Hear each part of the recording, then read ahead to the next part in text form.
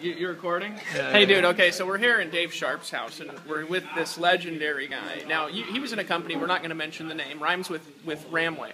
And he's got the most hilarious stories. I thought I had some funny stories, you know what I'm saying? Wandering around. Like, because you used to wander around, right? I mean, wander around the shopping malls. Well, that's what we learned in Ramway. You go to the shopping malls because there's a lot of sharp people in there. A lot of sharp broke people, but, you know, they dress nice because they're trying to sell jewelry or watches or, you know, phones or whatever. You know, so I used to walk up and say, hey, you seem like a sharp person. Keep your options open. And they say, well, yeah, as a matter of fact, look how sexy I look today. You know, nobody's noticed today. You know, I am a sharp person. You know, so you did this too, right? So he's got the most hilarious story ever because, you know, we did home meetings. You know, we'd go to home, and I remember my funniest home meeting is we actually, a pastor called the church meeting. And I showed up and showed the plan. it was funny. They thought they were going to church, and he was like, "By the way, in addition to the church meeting, you know, Dave Wood's here. You're like the guy. And he's going to show us how to get rich. You know, whiteboard at the barbecue. Yeah. But this is funnier. So you got to hear this. Oh, well, we all got funny stories. I mean, I'm sure anybody that's been in Amway's probably got a bunch of funny stories. But you know, Ramway, if you want to call it Ramway. But it's just funny stories, right? And by the way, I give them a lot of props. I learned a lot there. But one of the funny stories we were just sharing is that it was raining, and I was actually catching a bus to go do the house meeting. Because you didn't have a car. I didn't have a car. Yeah. Well, because I didn't have any money. But and I don't want to say it was like fake it till you make it. I really was ambitious, but at the same time I was broke. But you wouldn't ride the bus to the front of their house. You'd ride to around the corner. Yeah, you ride it. And I got my little briefcase. My friend's house. I got my little briefcase. Yeah, they think I have a car at that point. And then I do the whole presentation. People signing up left and right, okay, because the comp plan and all this. And then what happened this one time was it was pouring rain. I mean, pouring rain when I got out. And they said they were trying to walk me out to my car. So I'm sitting there, I didn't know what to do. So I kind of told him, I'm like, no, my friend lives just a few blocks away. I'm just going to go over and I'm going to be at my friend's house. He's waiting for me. So they came out and said, there's no way we're going to let you walk in the rain with your briefcase and your laptop to your friend's house. We're driving you there. So I got no way out of this. I'm stuck. So I get in the car, and they start driving. I don't know. I don't have a friend that lives near there, so we're just driving. And so I remembered on the bus, I saw a restaurant. I remember I saw this restaurant when I drove by, and I said, oh, yeah, there was this restaurant, right? And I was kind of acting like I was lost. There was this restaurant, right? I'm supposed to meet him there. That's what I'm supposed to actually meet them there. If you could drop me off at this restaurant. So they dropped me off at this restaurant, and they're like, hey, you want us to wait or whatever? I said, no, I got this. I got a little work I could do. So they dropped me off. Now, here's the thing. The bus actually didn't go there, so I had to walk. The restaurant was the opposite way. So I had to walk back like a mile or 6 or 7 blocks or whatever it was to go back to the bus stop to catch the bus home. And I'm soaking wet. My laptop, I had it underneath my shirt like this. And of course I had a suit on. You know? And the suit's in, which, by the way, the suit, I couldn't afford a suit either, so I was wearing my Salvation Armani. You know what I mean? I went to the Salvation Army and bought it for a few bucks. But so I'm sitting there, I'm going like, at that point I'm like, all right, I'm willing to do whatever it takes, I guess, to go out and build my business. But so yeah, I saved up enough money and bought a beater car after that. Well, just funny stories when you're willing to do whatever it takes. Here's the thing I want to point out about this. See, a lot of times people see what we do on the internet and they're like, I trained it for a week and it was hard. You know what I'm saying? Like, and this is, I mean, you know, did you do that? You know what I'm saying? They're like, well, Chris Record, you know, he's making money instantly. Did you do that? You know what I'm saying? I mean, you know, I talked to, you know, and somebody said it was a scheme. Yeah, I'm scared. You know, did you walk a mile and a half in a suit? You know what I'm saying? In the rain? You know, stop being a wussy and just do it. You know what I'm saying? Look. I used to wander around every night and failed for 3 years, you know, straight. You know what I mean? Because it's a waste of time. You know, it's like if you wander around all night, it's basically like, you know, it's 8 hours, it's 7 hours of wandering around, 3 minutes of talking to people, and the rest of the time you're eating. You know what I mean? You just waste it all night. Bookstores, coffee shops, malls. So we did this dumb stuff, and you know, when somebody complains that what we teach is hard, you know what I'm saying? Like that's where actually the word wussy was developed from, is because, you know, we did this stuff and we're still around, but now it's easier.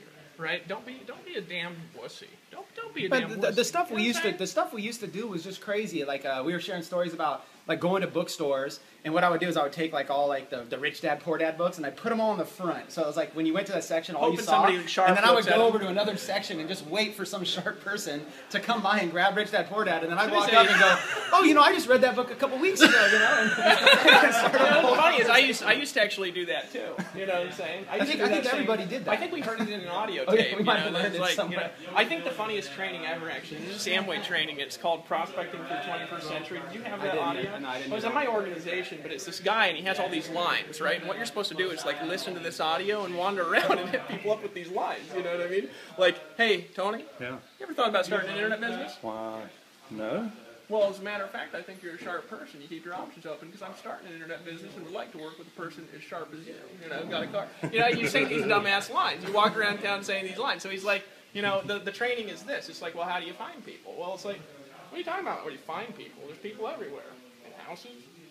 They're in their cars in intersections. I mean, they're in malls. You know what I mean? Shopping centers. You know what I'm saying? Safeway. I mean, there's lots of people who are just sitting there working at Safeway and they get paid nothing. They want to get rich too. You know what I mean? Just wander around, talk to them. You know what I mean? This doesn't get training. And one of my favorites about wandering around is one of my favorites was sitting in a restaurant. You'd have the waiter or waitress come up and would serve you, and I would always be sitting there, and I'd always ask them a loaded question like, "Oh, hey, let me ask you. You're pretty sharp. You know, you're really good with people and this and that. Let me ask you a question. Is this like the career you plan on doing for the rest of your life?" You know, knowing that there's no waiter or waitress that's like, you know, trying to do that their whole life. I mean, you'd have to just no. You just have to hate yourself to say yes to that question. Yeah, I mean, I'm sure there are some career waiters and I mean, waitresses. even if you know it's not many. Amway, even if you know it's Amway, you can't say yes. I want to work here because I don't want to get an Amway because you just look so stupid. You know what I mean? So what So they they say, say, yeah, I'll talk to you. You know. Yeah, they say yeah, and then they'd you know, you say, hey, well, I'm always looking for sharp people. I'm expanding my business. Do you keep your options open to new ways of making money? And it's just always this yes, yes, yes. And I'd be sitting there with my whole team around me, like, watch this, you know, 100% chance I'm going to get a phone number. And I always would because it was always, it's like, I'm asking them, is this your career? No, but it's not anybody's career. But it's like, it's just the things that we used to do. We used to work so hard to be able to get a small result. Right now, I'm working a fraction as hard as I've ever worked in anything and making more money. Like, here it is. It's the 10th day of the freaking month. I just checked this morning. I'm at $20,000 already for the month. The first 10 days. You said last night that I'd probably make $30,000, but today I got 2 more people coming in at Masters. I think that it'll be, you know, $30,000 to $40,000 this month, and I'm still working a 60-hour a week business on the side. I got 2 kids under 2, and I'm sitting there looking, how is this even possible? I know some of it is we went through the school of hard knocks to learn some skills, but at the same time, I'm watching people that haven't gone through that experience, but they just don't have a wussy attitude. They're just stepping in and following the system here and making money. Well, that's the difference. You guys, here, listen to this for a second and look at this. And don't be a wussy, by the way. Look at this. Read the shirt and follow the commandment.